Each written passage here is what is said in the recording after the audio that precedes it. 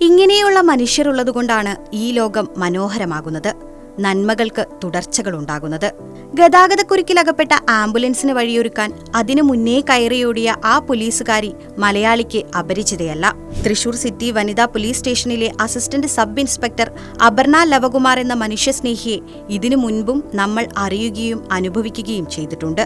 മനുഷ്യർക്കായുള്ള അപർണയുടെ ഈ ഓട്ടം ഇന്നോ ഇന്നലെയോ തുടങ്ങിയതല്ല. ചികിത്സയ്ക്കിടെ മരിച്ച സ്ത്രീയുടെ മൃതദേഹം വിട്ടുകിട്ടാൻ പണമില്ലാതെ നിന്ന കുടുംബത്തിന് മറ്റൊന്നും ആലോചിക്കാതെ വള ഊരി നൽകിയ, ക്യാൻസർ രോഗികൾക്ക് വിഗുണ്ടാക്കി നൽകുന്നതിനായി മുടി മുഴുവനായി മുറിച്ചു നൽകിയ അപർണയെ അത്ര പെട്ടെന്ന് മലയാളിക്ക് മറക്കാൻ കഴിയില്ല.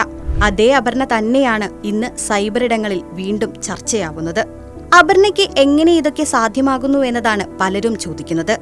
എന്നാൽ അപർണയുടെ കഥയറിഞ്ഞാൽ അത്തരം ചോദ്യങ്ങളെല്ലാം അപ്രസക്തമാകും. 6ാം ക്ലാസ് മുതൽ അനാഥാലയത്തിലായിരുന്നു അപർണ പഠിച്ചത്. സാമ്പത്തിക ശേഷിയില്ലാത്ത മാതാപിതാക്കൾ അവിടെ ആക്കുകയായിരുന്നു. അങ്ങനെയുള്ള ഒരാൾക്ക് എങ്ങനെയാണ് സഹജീവികളുടെ വേദനയെ കാണാതെ പോകാനാകുക?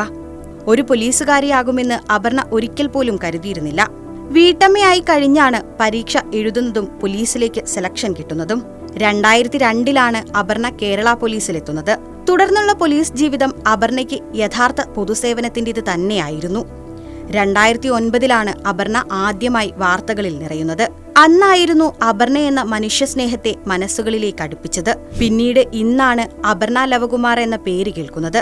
മനുഷ്യസ്നേഹത്തിന്റെ ഓട്ടങ്ങൾ ഒരിക്കലും അവസാനിക്കുന്നില്ലെന്ന് പറഞ്ഞു വെക്കുക കൂടിയാണ് അപർണ.